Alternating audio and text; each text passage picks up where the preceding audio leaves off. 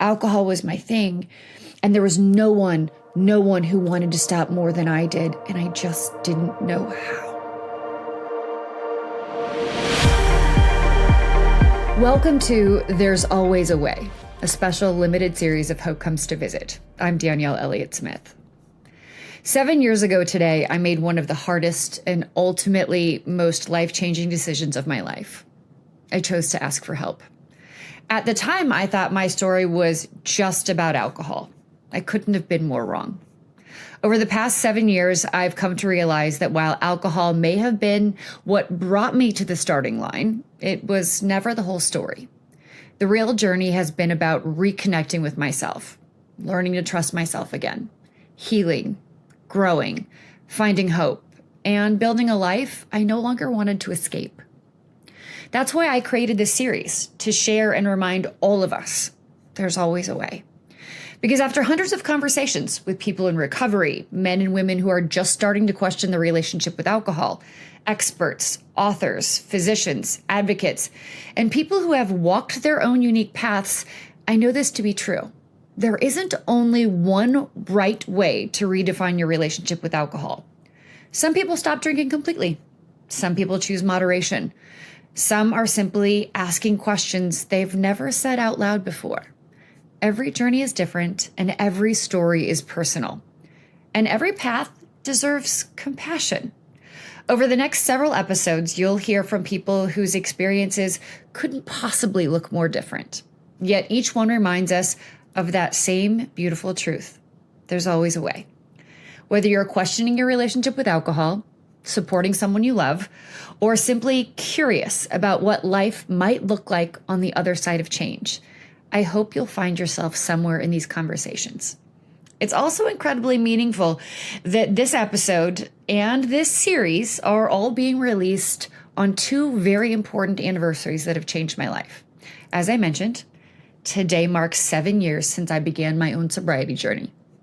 But it's also 1 year since I launched this podcast, Hope Comes to Visit.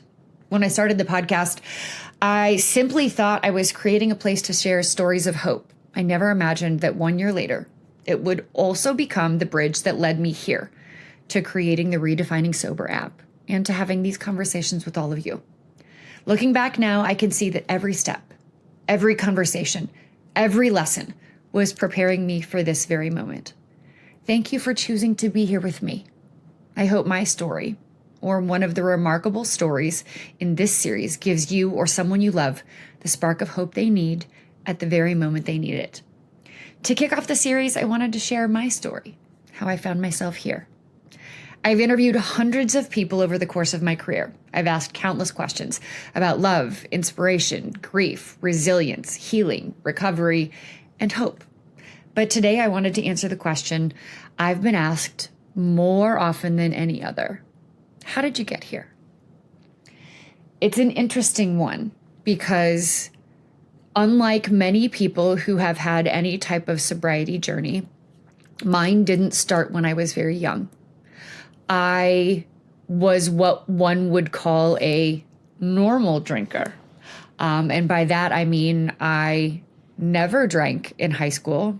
I was the sober driver. I drank like an average college student. I drank some and then I didn't.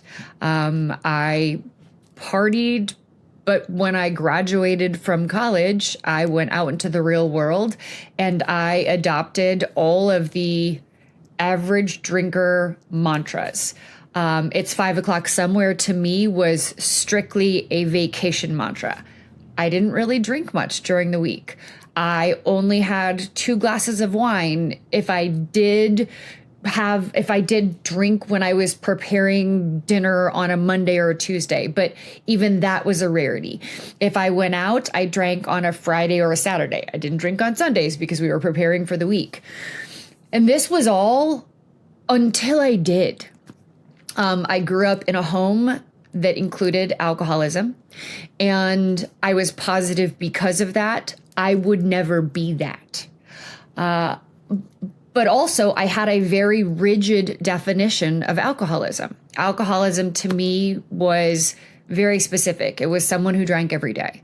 And then as I got older and moved out of the house, it was defined by what we see on TV, right? It was someone who was homeless. They were drinking out of a brown paper bag. They were drinking $2 vodka.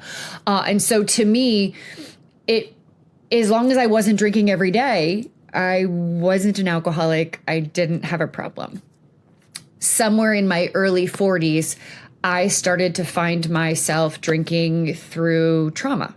I would drink when I was stressed. I would drink when I was sad. I would drink when I was anxious. And it was very much someone pour me a glass of wine. When I was dealing with traumatic events, I was stressed, I deserved a glass of wine. To me, alcohol became a form of self-care. And I am here to tell you, alcohol is not self-care. Even today, if I was to hop on Facebook and I said, okay, guys, I am super, super stressed. What should I do? Someone would say, oh, sister, get yourself into the bubble bath, pour yourself a glass of wine and relax. Because we treat alcohol like it's fun, it's vacation. And honestly, it's everywhere, right? We go to PTO meetings, we have mommy meetups, we drink at kids' sporting events, we drink at sporting events in general, baseball games and football games and the World Cup, and we drink on vacation, and we drink at the end of a work week because we've had a hard week, and we drink because we got fired, and we drink because we're going to a funeral, and we're always drinking because. In my world, all of my becauses wound themselves into 3 and 4 glasses and sometimes more on a fairly regular basis. I found myself occasionally blacking out, but I thought blacking out was a Danielle problem. I did not know that blacking out was an alcohol problem. My family started to say, okay, Danielle, how come it's always 3 glasses of wine? And I replied, well, the last time I checked, I turned 21 a very long time ago. Why is anyone monitoring what I'm doing? But because I felt watched and monitored and therefore judged, I started to hide it. And because I was hiding what I was doing, I was drinking more. I was no longer really keeping track of how much I was drinking. I was just hiding it in different places. And the more I felt judged, the more I was hiding it. I was drinking before we went to dinner. I was pouring myself some wine while I was getting ready, but I wouldn't let anyone see it. If I was going out with girlfriends, I was drinking before I went, but I was very vigilant about what everyone else was drinking because suddenly I was worried that everyone was monitoring. Am I going past my normal too? So I would have one when everyone else had one, and I would order a second only when everyone else ordered a second. And if I was with a group that would have a third and a fourth, I would have a third and a fourth, but I became very vigilant about it. And because I wasn't drinking every day, but just binge drinking, I thought I didn't have a problem until one day I thought, why can't I stop drinking? And then I Googled, why can't I stop? And Google populated for me drinking. And I thought, it's the #1 search. And at that moment, I had the chance to recognize that because I was searching for something that was clearly being searched a lot, and therefore a question a lot of people had, and therefore very likely a problem, I had the opportunity to recognize that my system was saying, okay, Danielle, are we drinking a little bit too much? But I was unwilling to acknowledge that. So I did the mental gymnastics to say, okay, since everyone's searching for it, clearly it's not that big of a deal. And I relied upon all of the social messaging that was instead saying rosé all day, and the glasses and the mugs that were saying, shh, this isn't coffee. Because I wanted to instead be a part of the societal alcohol is fun. It's just, I'm just having a good time. I'm just part of the crowd. But I'm here to tell you, if ever you think to yourself, I wonder if I'm drinking too much, the answer is always yes. Now, the question is, do you want to do something about it? Because anytime we get that question in ourselves, The answer is always yes. Am I eating too many Oreos? Am I shopping too much? Am I spending too much money? Am I staying up too late? Am I doing something that my system is warning me about? The answer is always yes. The question is, what do you want to do about it? Danielle didn't want to do anything about it initially because Danielle did not want to be the girl who had to stop. And it took me back to a time that I was 38 years old and I was sitting with a friend who owned a yoga studio, and she was preparing to turn 40, and she had broken her entire year before she turned 40 into 6-week segments. Why? Because it's 6 weeks to create a habit. And she was creating new habits for herself along that journey into turning 40. And one of those 6-week segments, she had said to herself, I'm not going to drink. And when I said, why? She said, well, I think I've noticed that I'm getting a little too comfortable with drinking regularly. And honestly, I want to be in control of it. I don't want someone else to tell me you have to stop. And I thought, I wonder if I could do that. And mind you, this was at 38, right? This was long before I was noticing that I was regularly drinking, and or I thought, do I have a problem? So it hadn't even registered yet. But I do remember thinking at that point, A, I don't want to be someone who someone else tells me I have to stop drinking. B, I also don't want to try your 6-week challenge. Because again, I didn't want to be different from anyone else. I didn't want to be the girl who couldn't do mimosas and do a ladies who brunch, ladies who mimosa on a Sunday. But I reached a point where even when I said to myself, my problem is because everyone's monitoring me, that wasn't my problem. My problem was that I was unwilling to acknowledge that piece in me that wouldn't take ownership for, am I drinking too much? Am I willing to acknowledge that I'm not asking myself the correct questions? And I will always wonder, who would Danielle be today if Danielle had been willing to acknowledge the, am I drinking too much? And what questions should I be asking myself now, right?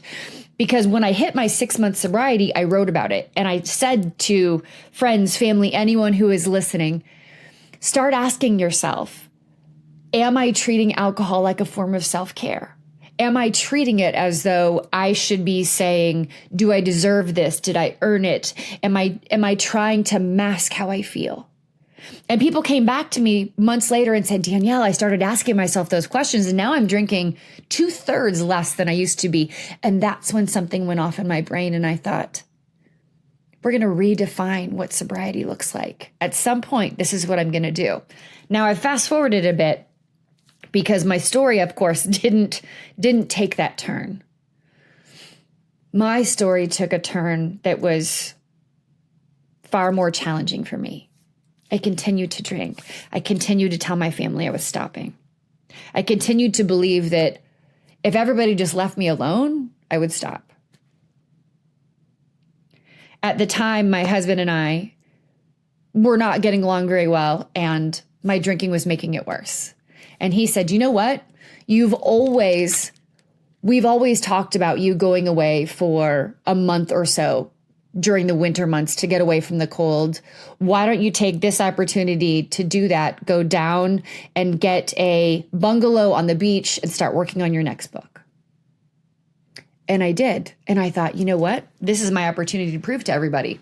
Once I'm left alone, I'm not going to drink nearly as much. And instead, I drank every day. And that solidified my need to drink every day because then my system needed it. And when I came back from being away and I promised my family that I wouldn't drink, I couldn't not drink. My system wouldn't allow it. No matter how many times I woke up at 3:00 in the morning and thought, I did it again.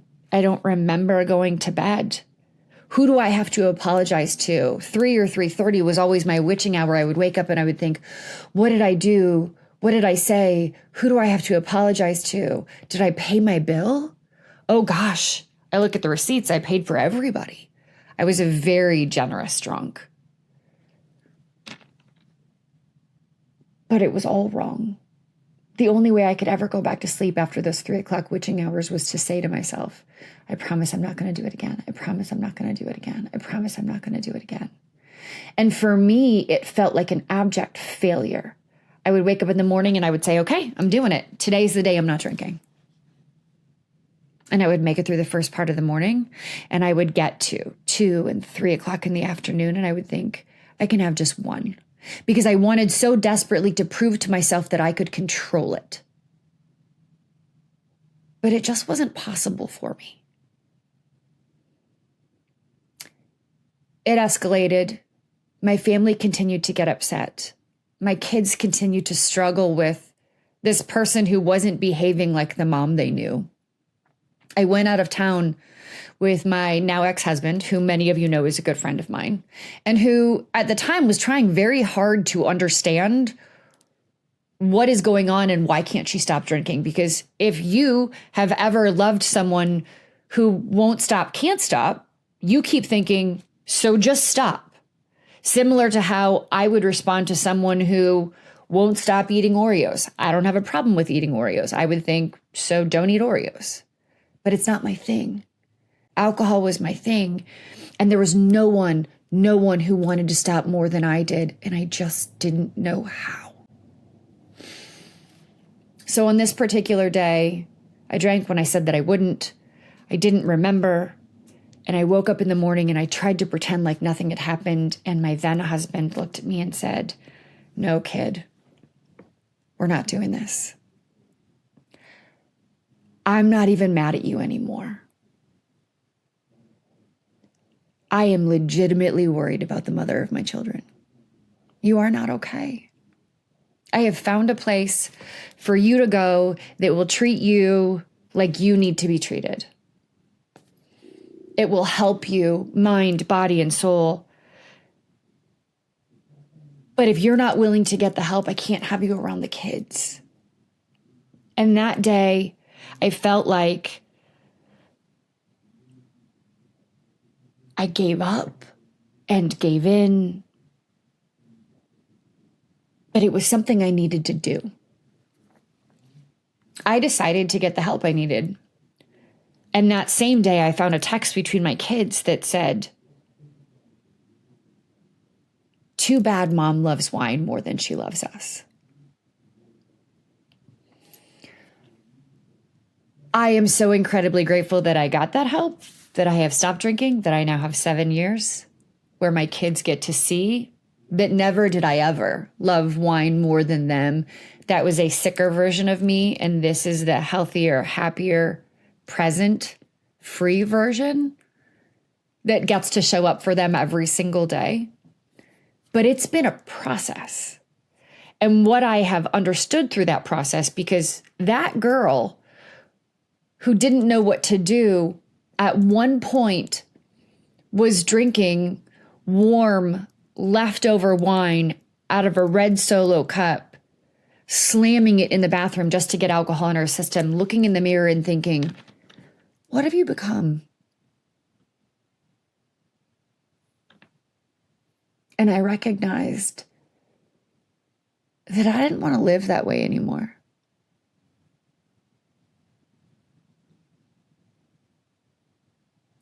But that version of me needed compassion and connection and love. I'm not a tough love kind of girl. I'm not a get it or else kind of girl.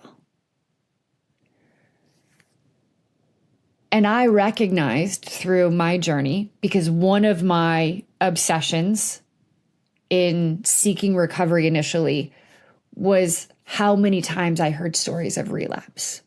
And there are some people who will tell you relapse is part of recovery. And for some people it is. For some people it isn't. It doesn't have to be. And that's the beauty of this, because there is no one right way, right?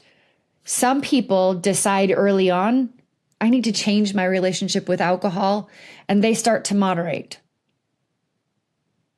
Some people recognize, this is my thing. Alcohol is no longer my friend. And that's where I ended up. I ended up in a place where I said, alcohol is no longer my friend. And I have to recognize that's not a version of me I can go back to, because I became if I have 2, I have 10 or 12 or 14 kind of girl.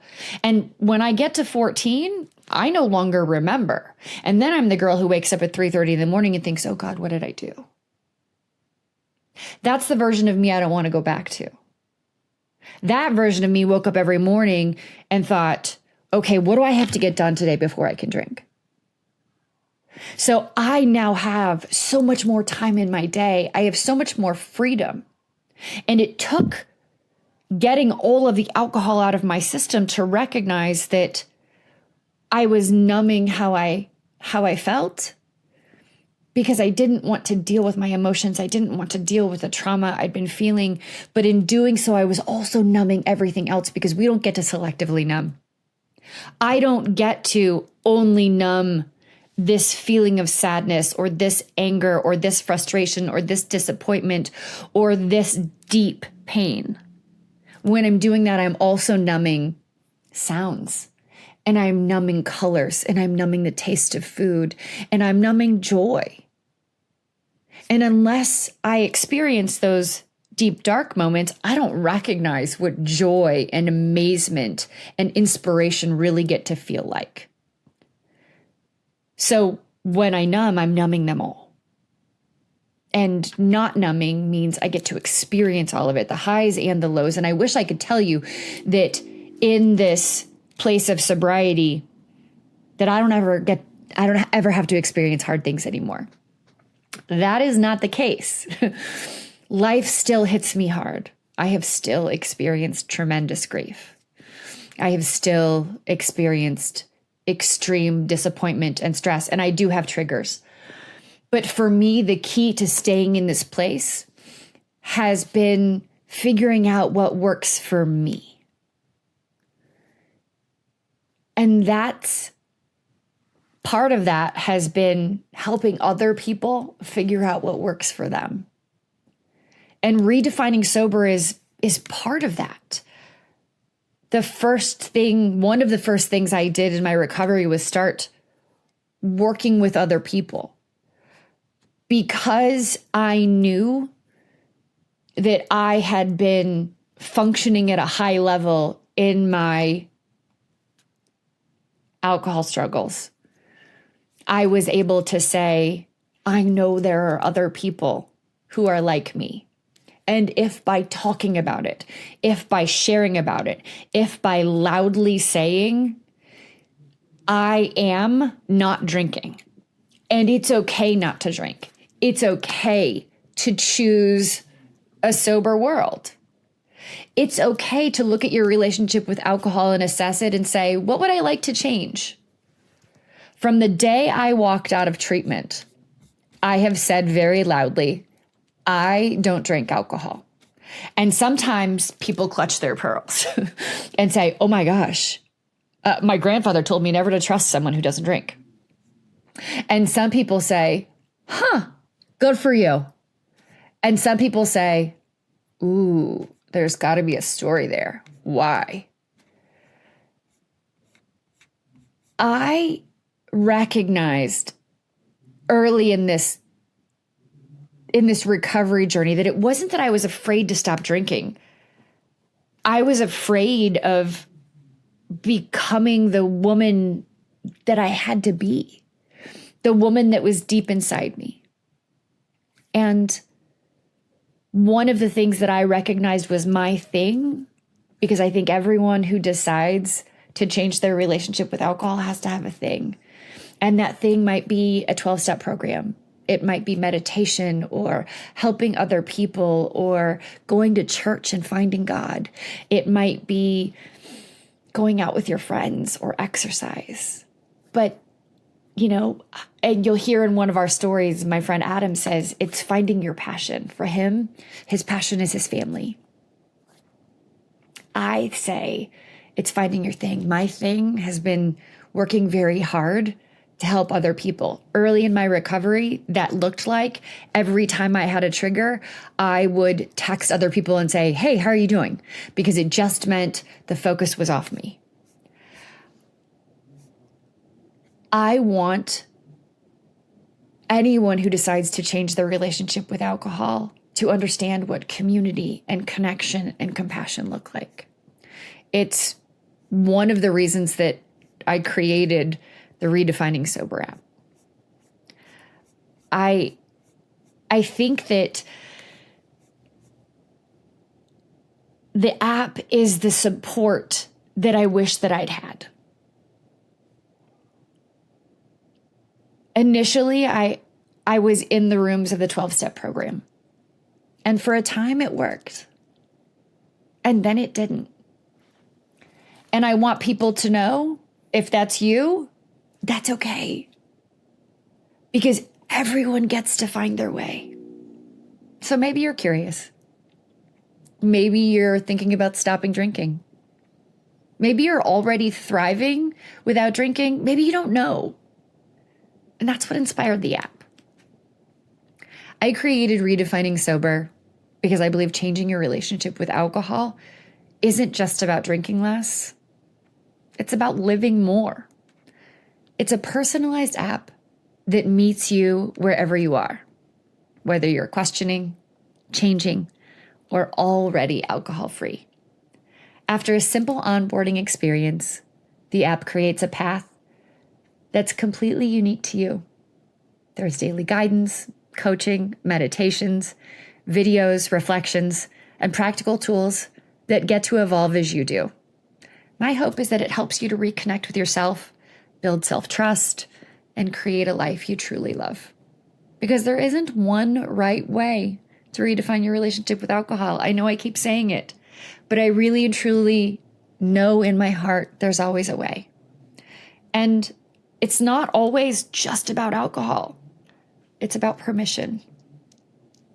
Permission to ask, permission to change, permission to redefine, permission to begin again.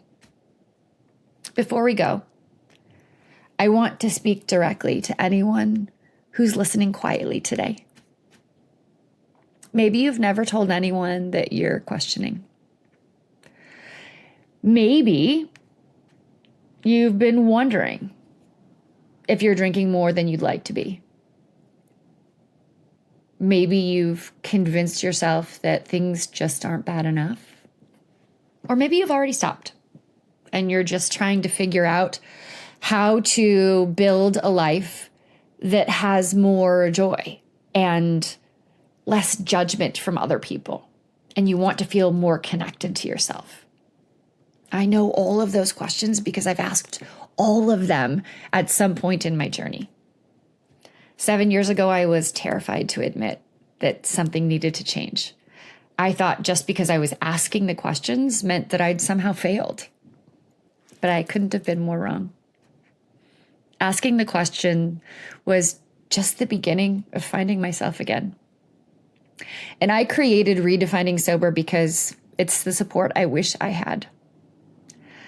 I was first trying to figure all of this out, and I wasn't looking for a program or anything that was fixed or shame-based or judging. I didn't want labels. I just wanted compassionate guidance. And that's what Redefining Sober is intended to be. Honest reflection, practical tools, a place that meets you exactly where you are. Whether you're simply curious, actively making a change, or maybe you've already been alcohol-free for a year. There is a place for you within the app. I believe with my whole heart, there isn't one way to redefine your relationship with alcohol. But friends, there's always a way. If you're ready to take the next step, I'd be honored to take those steps alongside you. You can learn more at redefiningsober.com, or you can head right to getting the app, and that's at studio.com/Danielle.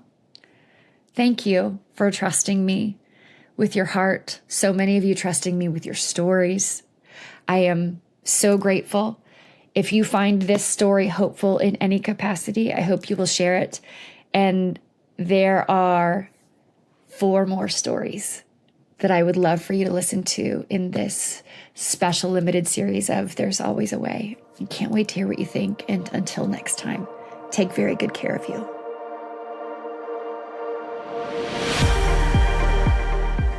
If you've been joining us on Hope Comes to Visit for a while, you've probably noticed that many of our conversations come back to the same themes: self-awareness, healing, growth, resilience, and finding our way back to ourselves. That's exactly why I created Redefining Sober, initially as a coaching program for women who wanted to redefine their relationship with alcohol, and now I'm excited to share as an app. Redefining Sober is a guided app for women who want to explore, question, or change their relationship with alcohol in a way that feels supportive, compassionate, and free from shame or rigid rules. Through personalized reflections, guided exercises, meditations, videos, and AI-powered support, the app meets you where you are and helps you build self-trust, reconnect with yourself, and create meaningful change. Whether you're sober curious, actively making changes, or already alcohol-free, you'll find tools, encouragement, and support designed just for you. To learn more, visit redefiningsober.com to get started.